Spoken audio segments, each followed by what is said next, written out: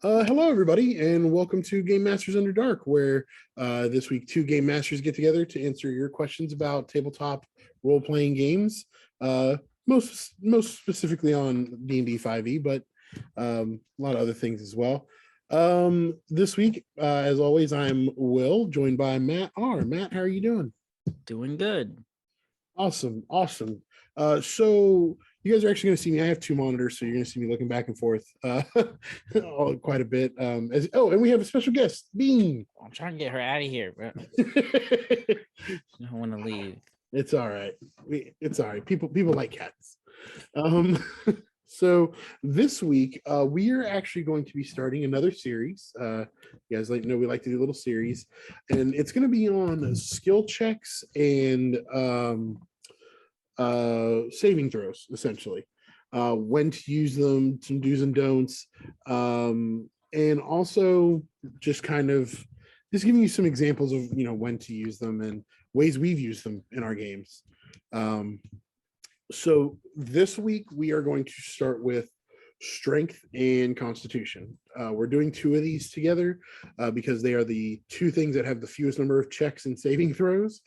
So we're going to do that, but then we're kind of going to just go down the list as you see on like a character sheet: dexterity, intelligence, wisdom, and charisma. So if you have questions about any of the things we go over tonight, obviously leave your comments. We'll answer those next week, and then if you have any questions about the other stats, like I said, leave them down there and we'll answer them when we get to them. So with that, you ready to go, man? I think so. All right, cool. So I'm actually going to start with strength. It is kind of, as always, we like to use D&D Beyond, not a sponsor, to look at the character sheet stuff. They have a lot of handy tools. As always, I'm not going to spend too much time on that this week, but I do want to read kind of a little blurb they have. So for strength, it says strength measures bodily power, athletic training, and the extent to which you exert raw physical force. There is only one strength check in the entire strength skill check, which is athletics, which we'll get to here in a second. But strength can be used in a number of different ways. One could be to force open a stuck, locked, or barred door, to break free of bonds, push through a tunnel that's too small. Oh man, I could have done that a couple weeks ago. Yeah, I don't know. Nobody tried to go through the tunnel. Oh man, we'll get to that story in a second. Hang on to a wagon while being dragged behind it, tip over a statue, or keep a boulder from rolling. So those kind of strength is pretty obvious. I think it's one of the reasons why it has, at least in my opinion, one of the fewest skill checks is because most of the time it's just going to be a straight strength check, not necessarily something athletic. It requires the muscles. Yeah, right. To use it. But as far as athletics go, while we're here, I'll go ahead and go over that. So athletics kind of can cover several different things. I'm just going to read the three little examples they give here. You attempt to climb a sheer or slippery cliff, avoid hazards while scaling a wall, or cling to a surface while something is trying to knock you off. Best example is you've seen it in action movies where like somebody's holding on to a ledge and somebody's like hitting their hand or trying to stomp on them and they keep moving around. You try to jump an unusually long distance or pull off a stunt mid jump. So that would be just like running across a rooftop and maybe you start to fall and you got to grab onto something.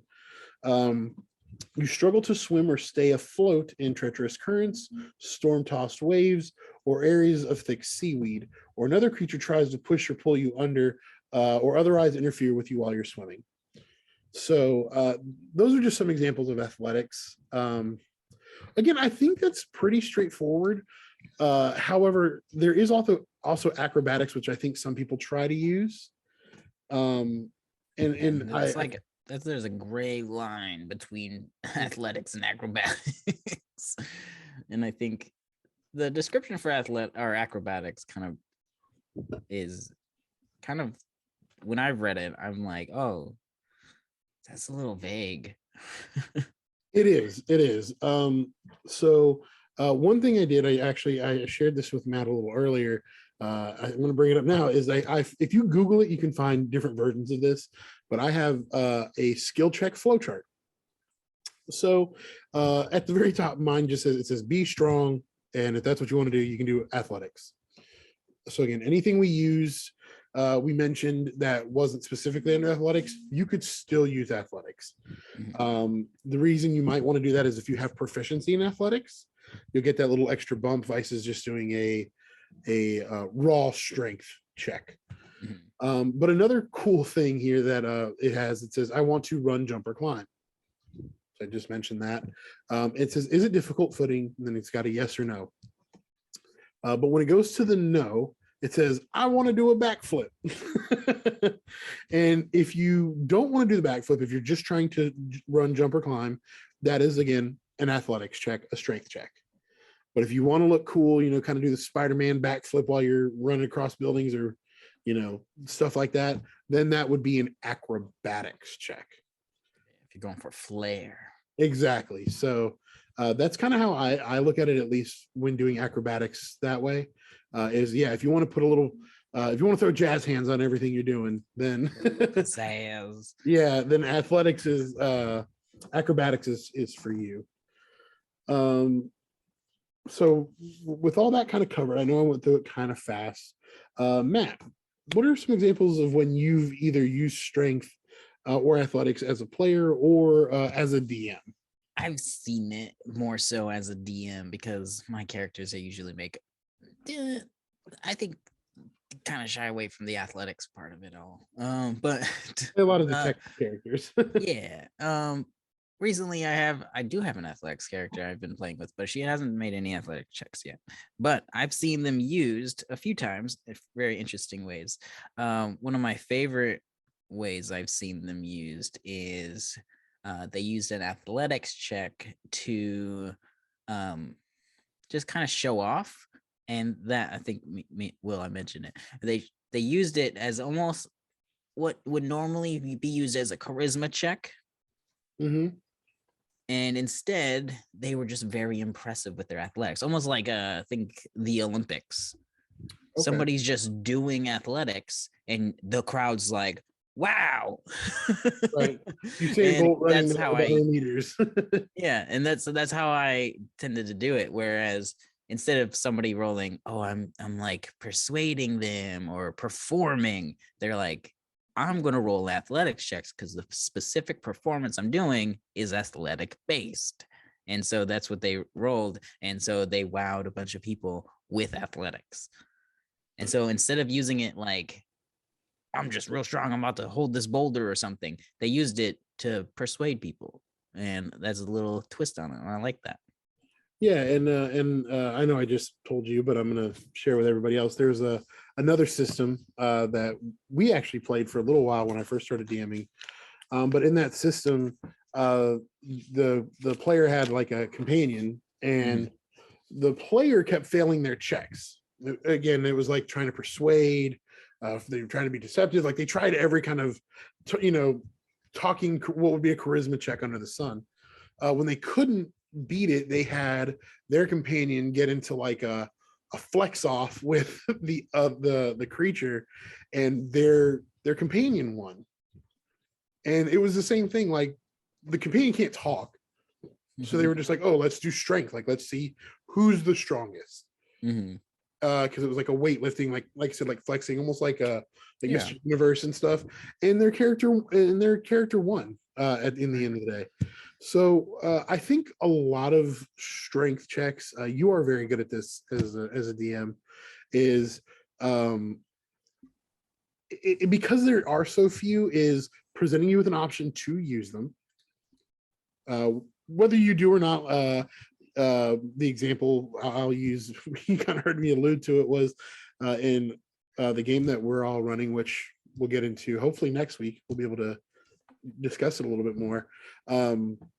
But I was like, is there a secret passage? And I rolled high enough, and I was like, yeah, why not? There's a secret passage, but it's really small. And I was like, I'm not going to go through that. But All I said was it's small. It's a small little passage only small characters can fit in, and nobody was small. yeah, we were like, okay, Nobody whatever. tried. And honestly, until we were reviewing for this episode, I was like, I never thought to try to like move rocks or make the hole bigger.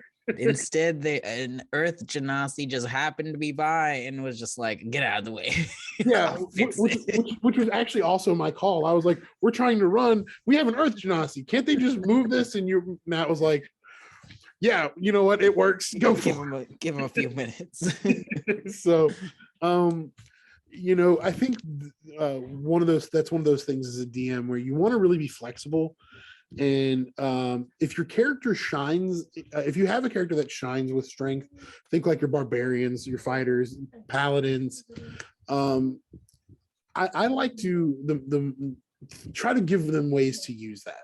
Yeah, and I think something that's going to come up for me a lot during this kind of little mini series of episodes that we're going to do is simply when you make a character and you're like, oh no, my dump stat was strength, or oh no, the opposite, my dump strength was, or my dump stat was charisma, right? You're automatically going to be like, can't use those checks.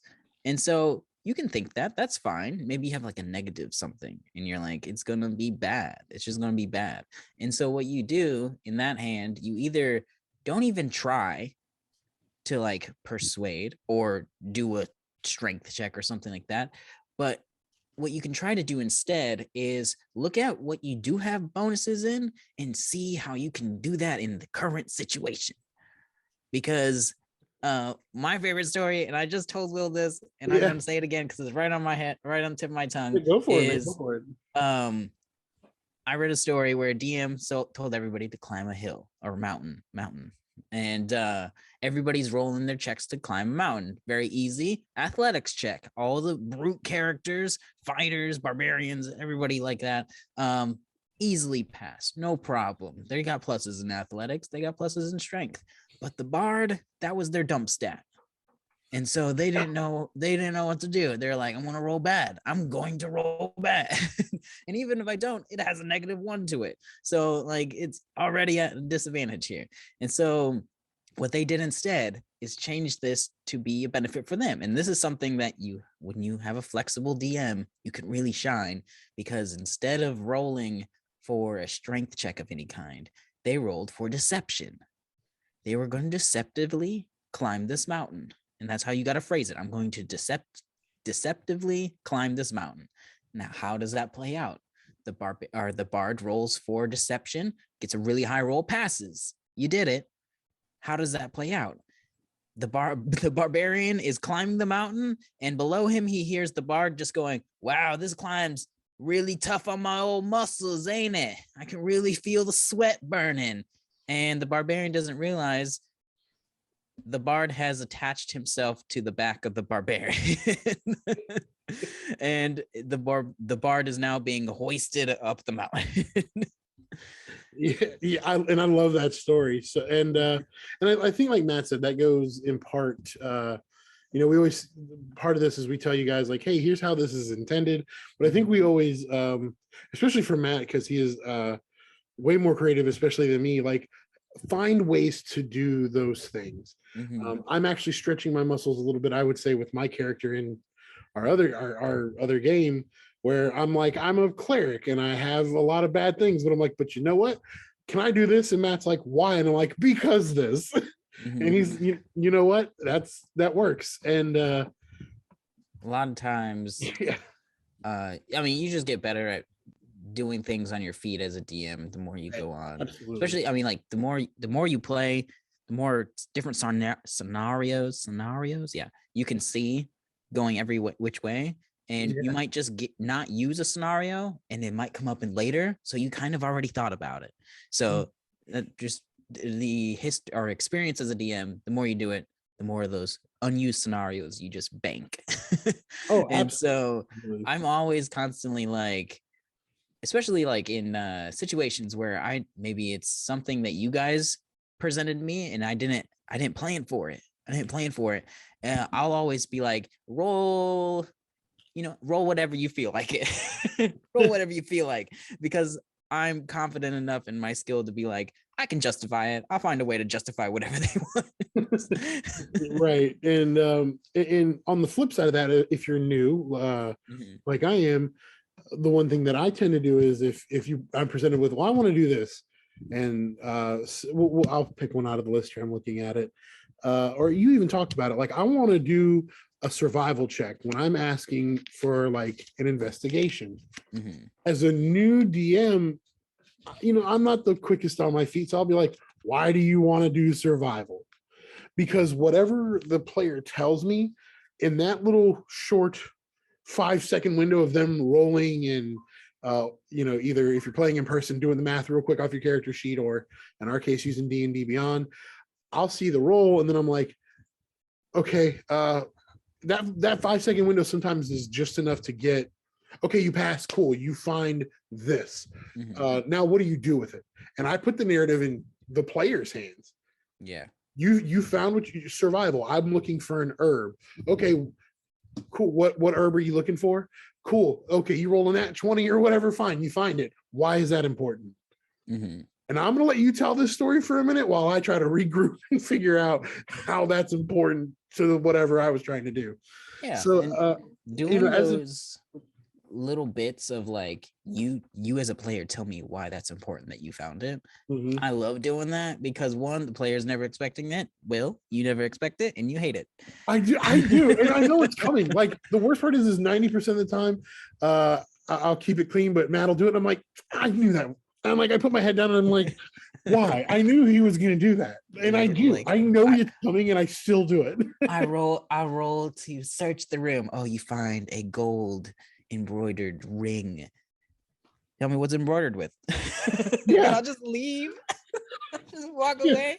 I think you did that one. I think you did that one time where you're like, what's it say? I'll give you a minute because I got to go to the bathroom. And I was like, okay. Yeah. And I mean, like, and it kind of gives the players this freedom of like, I rolled for it. I did want to find something and I did. Now I have to come up with it, and and it takes a little bit of pressure off you as a DM, but also it allows the players to have that moment to be like, oh, I get to build something right now. Yeah, and it can be really cool. And it can go with like any of the checks, like sleight of hand, like sneaking your hand into a pocket, you pull out a few coins. How much money was it? Then walk away. Right. Yeah, and I would say maybe not that example. Be careful because I would be the guy that's like, I find 15,000 gold. What are you gonna do about it? I'd be like, it's a handful. Will, come here. Right, handful. You know what? I find 15 platinum, which is roughly. I find the deed to the guy's house. I'm like, why is he carrying it around with him? Then like we would just have a conversation. Like, yeah, what is going on? Right, but. So that all being said, before we move on to Constitution, I will say that as a DM, try to be flexible. I understand being new, especially my first few games. Like I was very much like, I need you guys to do this, and I was lucky enough that I had players that understood. Like I'm practicing. I don't know. I'm getting better at it, and I would say self-analysis is a good thing. Like I feel like I've gotten better at it at this point. I'm still not great. I can't do what Matt does, but I can just be like, why is that important? Yeah, and if you don't have flexibility when it comes to checks, you'll find yourself always being like, roll for perception, roll for religion, roll for history. And you're saying these specific things, and a character may not have made a character like that from the get-go. Yeah. And so suddenly you have these people at your table being like, man, when it's not combat, I suck. Well, and I was gonna say that there's two stats that almost always come up as dump stats depending on how you're building a character. It's either intelligence or strength. Charisma is a big one. Not for me. I guess I don't think about it because I never dump charisma. I'm always like, I would sup, everybody. Charisma probably pretty popular these days because there's so much role playing that goes on now. Yeah, but I think for people that are like, I really just want to hit real good, it's dump stat.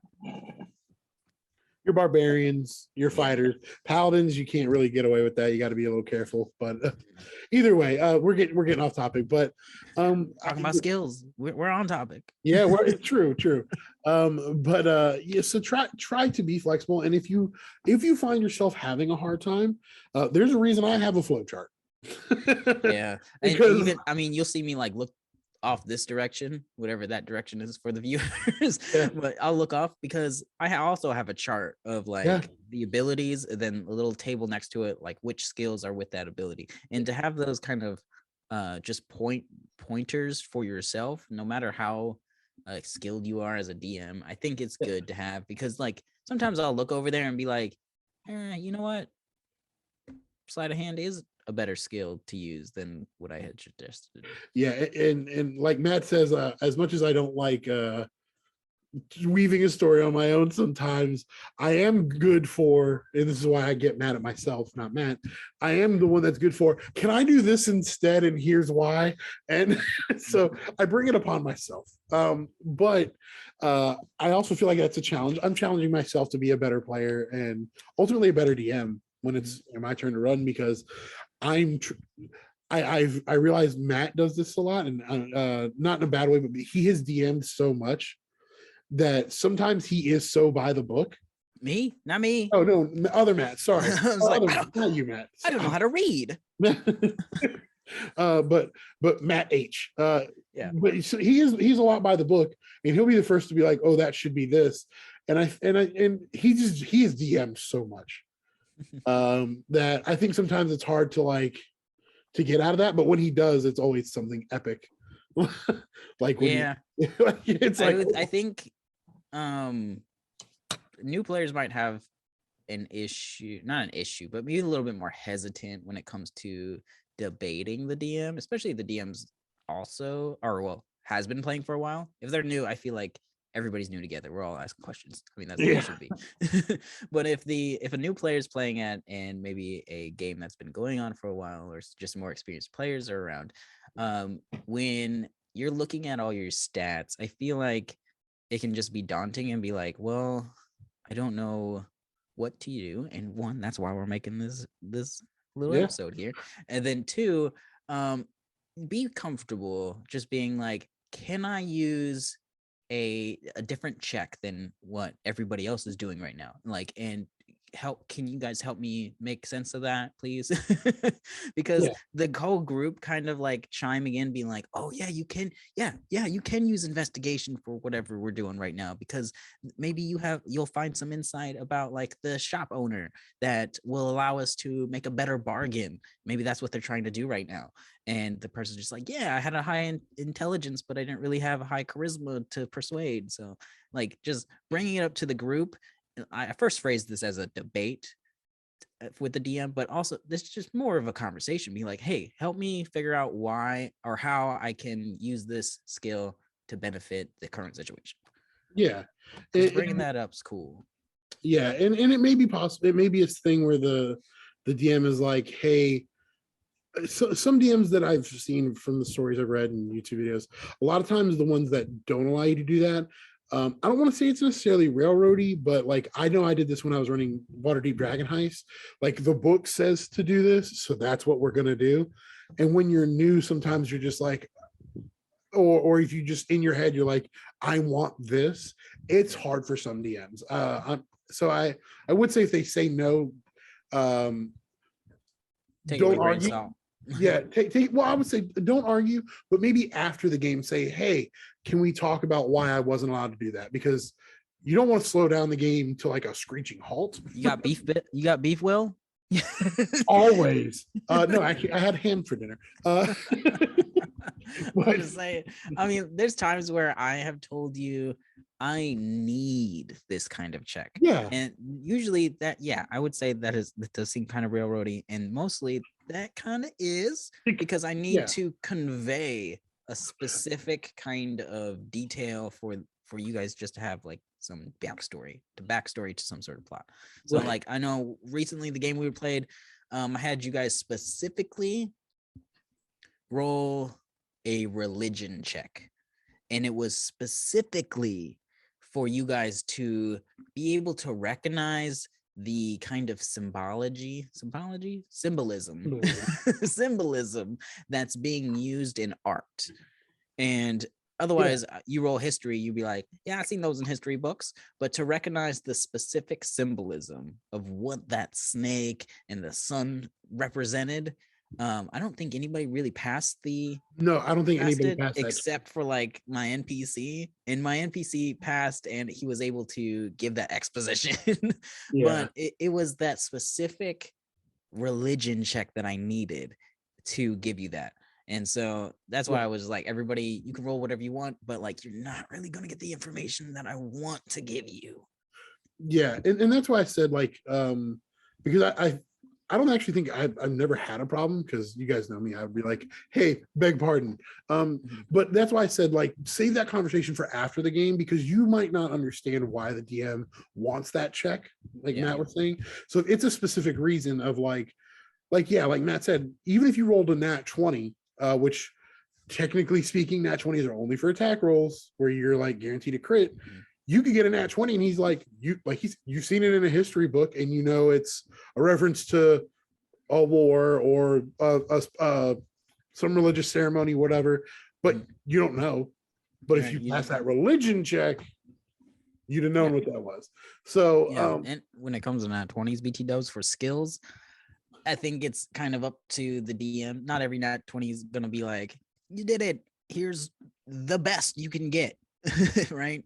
And so, but I always like, especially for like that kind of information gathering and you roll a nat 20, I try to give as much as I can within that check, because I do think, oh yeah, I need the note of this information. Roll a nat 20. Yeah, I did it. I want to reward that. Yeah. And so I try to be like, here's some really cool information for you. I try to hype it up. And the reason I say that, I know we mentioned this one of our very first episodes, is I think Matt brought it up, other Matt. Like if you roll a nat 20 when you're trying to convince a king to give you his kingdom, all a nat 20 is going to do is make sure he doesn't cut your head off. You're not, it doesn't mean you're getting that kingdom. So you know, that's a pretty common D&D example, actually, from what I've seen that one quite a few times. And I know, at least for me, I am much less likely to necessarily reward a nat 20. I think with you guys, when you've gotten them, I'm like, here's the info. But I feel like if it's one of those, like if I feel like it's important, I don't make you guys roll. I know I use in my game I use Mordenkainen, and I'm like, I'm just gonna do some exposition here real quick, because I'm gonna save you guys the roll. Like, let me just I mean, like, let me get this out of my mouth real quick and go. So that's something you got to think about with like all skills too. It's just like, do they need to do it? Right. And so and that leads us to, I think that's actually a really good segue to Constitution. Segue. Because Constitution is the only skill that doesn't have a skill check. For now, I'm hoping one day they come up with some crazy bananas thing. I'll say maybe when 5.5 comes out in a couple of years, which they've kind of already hinted at, maybe they'll have something on there on the I don't even know what it would be. Like that, like, but maybe you don't need. I mean, don't need one. It's fine. Let me put my glasses back on to read here. I can't without them right now. So to get into it real quick, Constitution measures health, stamina, and vital force. So as I said, if you look at your character sheet under acrobatics, animal handling, I'm just reading it because it's alphabetical. But if you check under that list, there is 0 Constitution checks. Constitution is used more like for saving throws on spells. They'll call it concentration. It's kind of the same thing. Yeah, there's nothing there. But they do give some examples for when a DM might call for a Constitution check. So like holding your breath, march or labor for hours without rest, go without sleep, survive without food or water, or quaff an entire stein of ale in one go. So anything, when I read that, the first thing I thought of was like chug, chug, chug, like at like a frat party. But I've actually used it for that reason before. In my very first campaign, when I ran Waterdeep Dragon Heist, we'll call him Other Matt.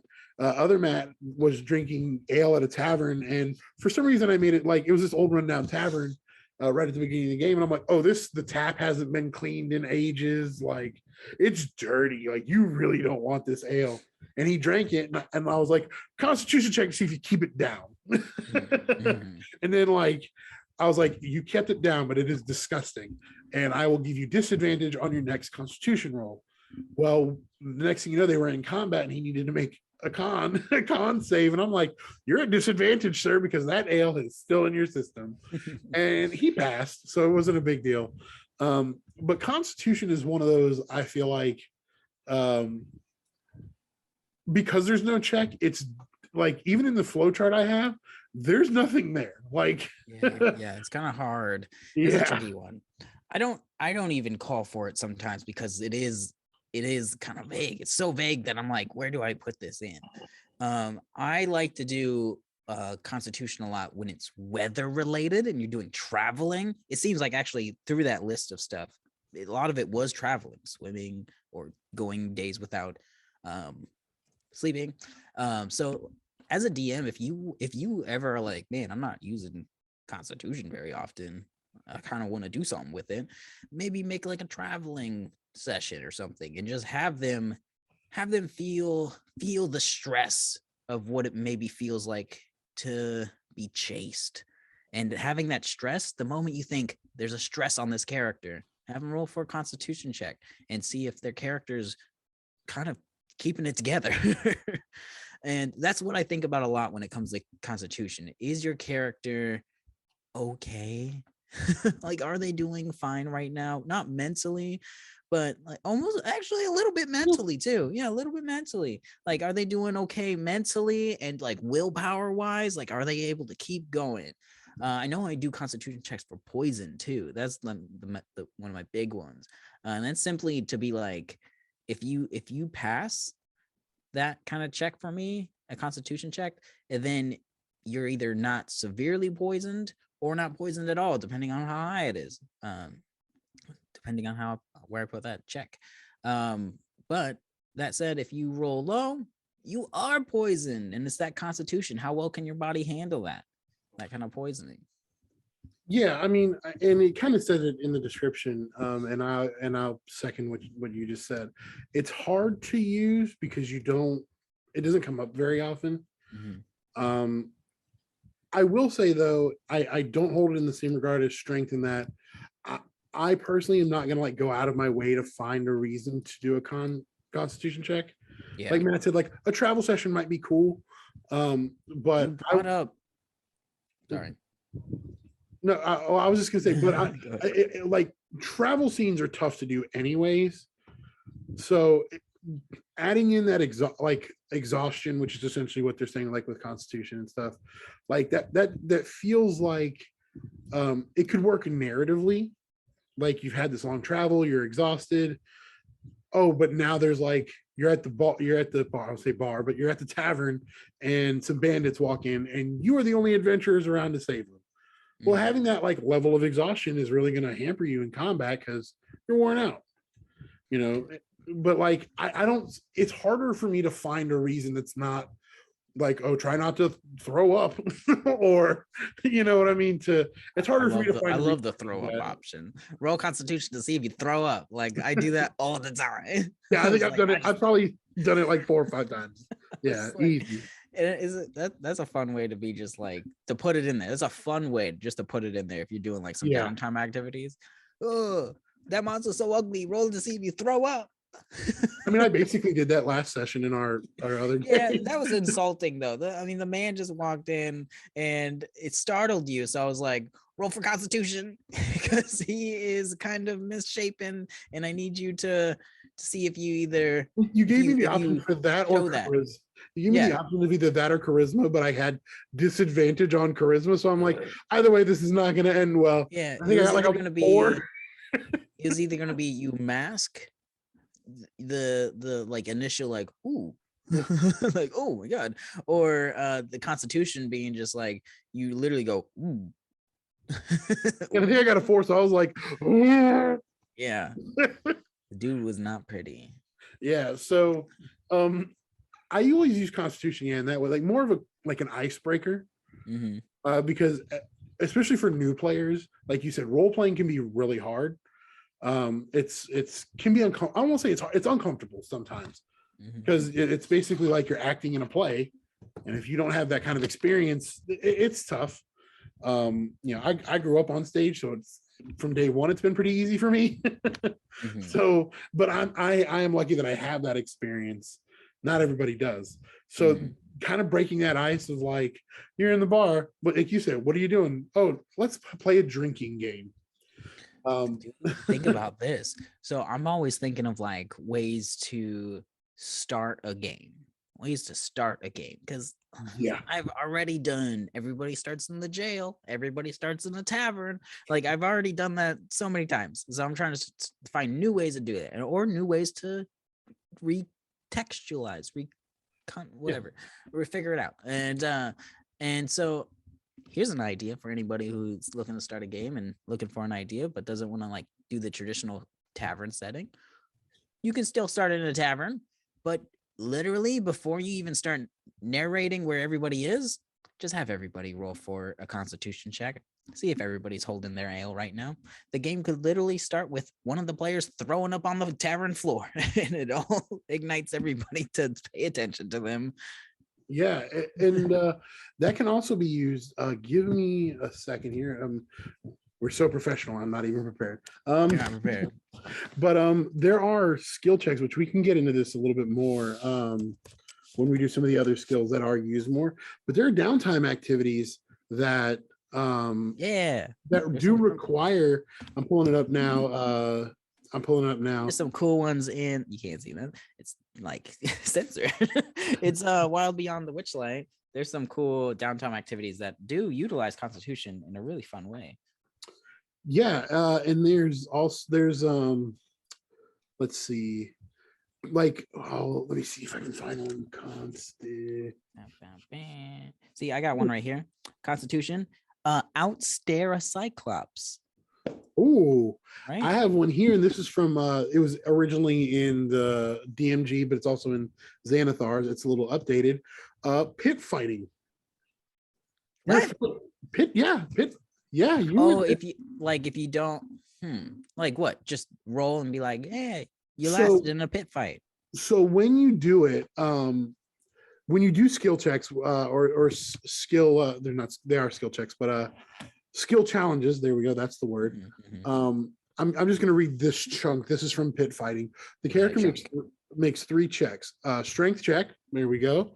Which would be athletics. They would make a dexterity or acrobatics check and a special constitution check that has a bonus equal to a roll of the character's largest hit die. If desired, the character can replace one of these skill checks with an attack roll using one of the character's weapons. The DC for each of the checks is 5 plus 2d10. Generate a separate DC for each one. Consult the pit fighting results table to see how the character did. So I actually did this in Waterdeep. I gave everybody downtime in chapter 2. If you're familiar with Waterdeep Dragon Heist, I think you joined right at the beginning of that or right in the middle of it. I don't remember no pit fight. Somebody, Matt's character did it, oddly enough, other Matt's character. But basically, it's like it says, I take 2d10, I roll, add 5, and I'm like, okay, roll me athletics. Excuse me. Same thing. Next thing for acrobatics, I roll 2d10, add 5, and again, the con check. And then for pit fighting, it tells you the results. So 0 successes, you lose your bouts, earning nothing. 1 success, you win 50 gold. 2 successes, you win 100. 3, you win 200. That's cool. You're gonna have to send me that. That's cool. It's in Xanathar's, but I will send you the link. Oh, I got it then. Wait. Yeah, I was gonna say we got it. Yeah, I got it right there. My favorite book of all time is anybody who's been watching the show for any length of time. This. I man, look, it's an updated DMG as far as I'm concerned. You need to make your background Xanathar. You got a beholder there, but I don't think that's Xanathar. He looks. It's not. But I've also had Xanathar up there before. I think that was actually the very first background I used. But this was all in the DMG as well. Between Xanathar's and Tasha's, they really are like updated DMGs.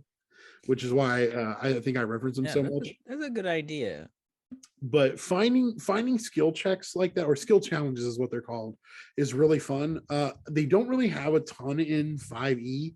I think, I know we talked about this before, but I think fourth edition had quite a few, if I'm not mistaken. I think is what yeah, I know It's the wrong Matt. you It's the wrong Matt to be asking that kind of question. Other Matt, if you watch this episode, tell us which edition had the skill comment below. Yeah, we need like, comment, and subscribe, other Matt.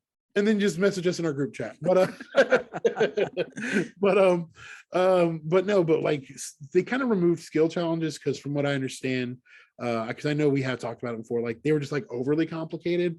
So I do kind of like how fifth edition is like the few we have, here's how you can do it. Crafting an item is actually a skill challenge. Is that Constitution? It is. Let me see. You have to have the appropriate tools, the materials. It actually just tells you like what you need, like tools wise. So like if you have an herbalism kit, what you can make, leather working tools, what smith's tools, weaver tools. All that junk that you pick in character creation, be like, I don't know, they just told me back one. Yeah, exactly. They actually have a thing for that, and it even tells you, like, it gives an example right here of sometimes you might need magic ingredients, and like I wish fifth edition did a better job of this, but it was like it says, if appropriate, pick a monster or location that is a thematic fit for the item to be crafted. For example, creating mariner's armor, which lets you swim and swim underwater, and I think it lets you. I'm reading it here. While wearing this armor, you have a swimming speed equal to your walking speed. And in addition, whenever you start your turn underwater with 0 hit points, the armor causes you to rise 60 feet towards the surface. So it keeps you from drowning, which is cool. And yeah, you swim fast.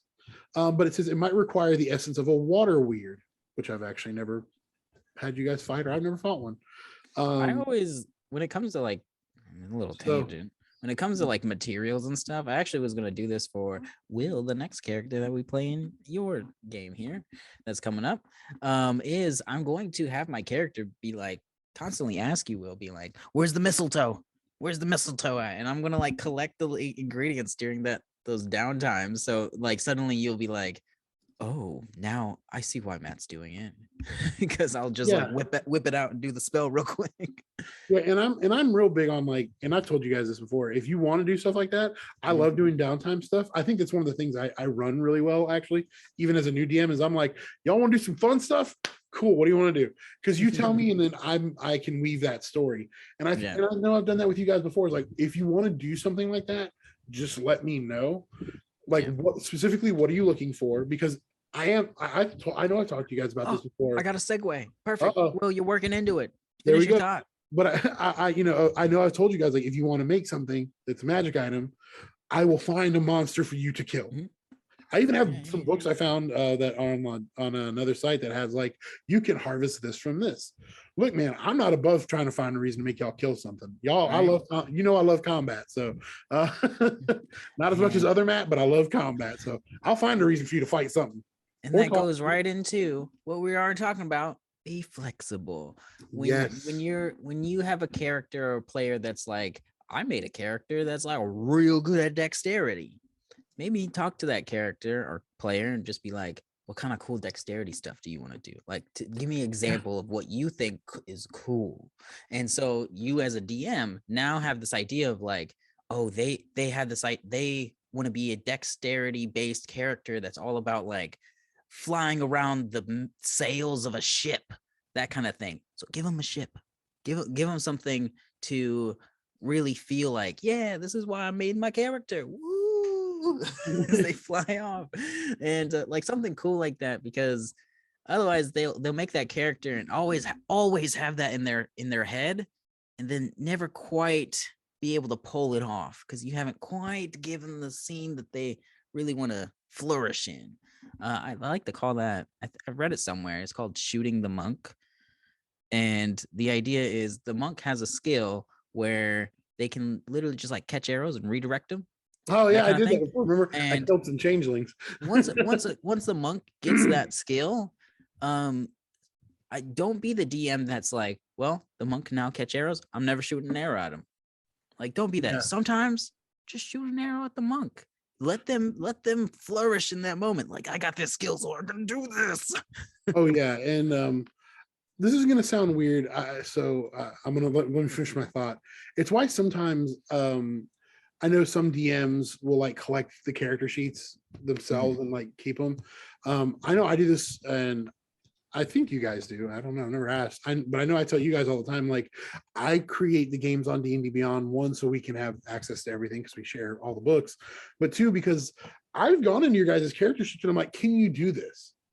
And while it's not a skill-based thing, well, it kind of is. You created for my game a barbarian, but strength was not his primary thing. And I was like, oh, well, when combat came around, I was like, I don't want Matt to feel underpowered.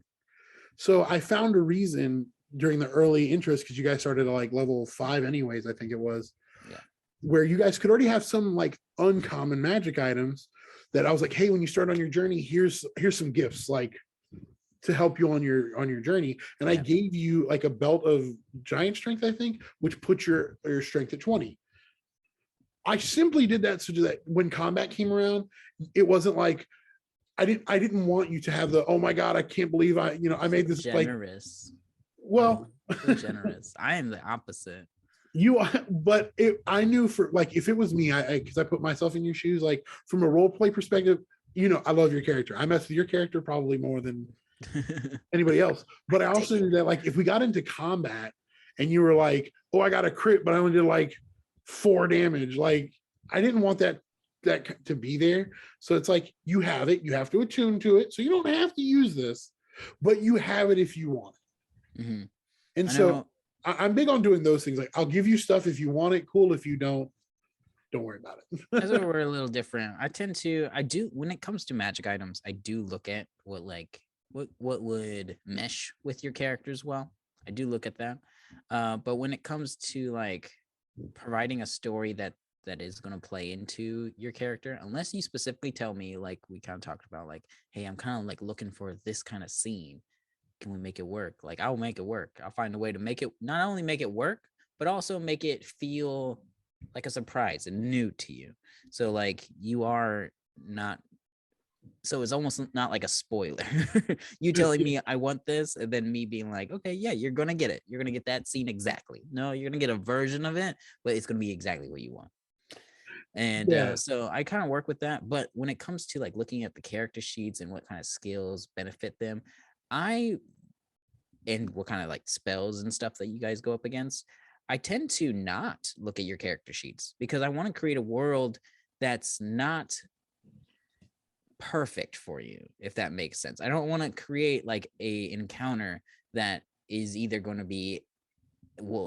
to absolutely nullify you because they played to your weaknesses perfectly, or the opposite, where an encounter where you just fly through it because they are not prepared for you.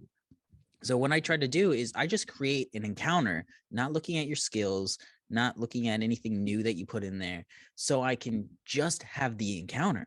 So I can just simply be like, they're there. They weren't expecting you. They have no idea what to expect. And so they're there. They're just going to do their thing. And hopefully they come out alive. Sometimes, usually not.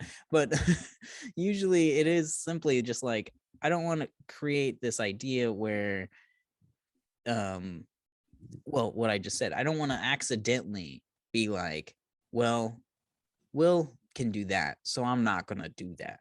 And so even for your character, when you made a monk, I was like, 3 arrows come at you, and you're just like, boom. No, they don't. No, they don't.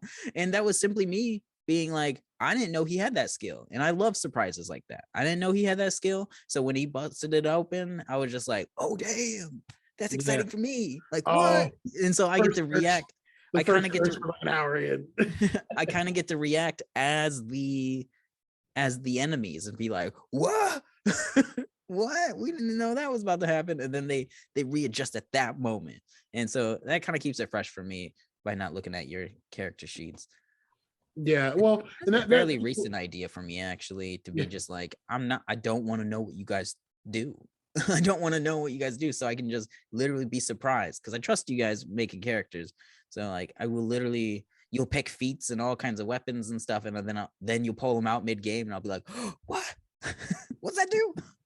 Yeah, and I mean that's a little off the topic, but yeah, I mean either way, like I said, I did that simply because like a barbarian is a strength based character, and that's why it's like if you use it, cool. If you don't, whatever.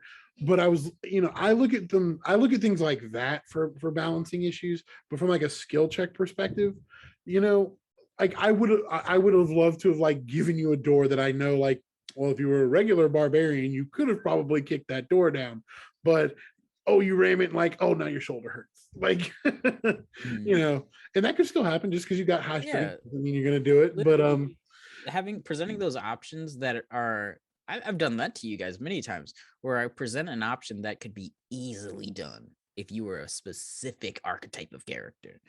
But the reason I presented it to you, because I was like, it can still be done. You just have to be a little bit more creative about it. Like if you guys are all rogues and there's a locked door, obviously, what are we gonna do? We're gonna pick the lock. We're gonna pick the lock.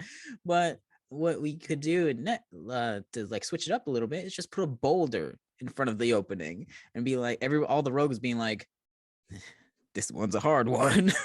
This one's a little difficult. And what it would inspire is hopefully this idea of like the rogues coming together and maybe putting their trap knowledge to use and being like, oh, we can create a levy or something.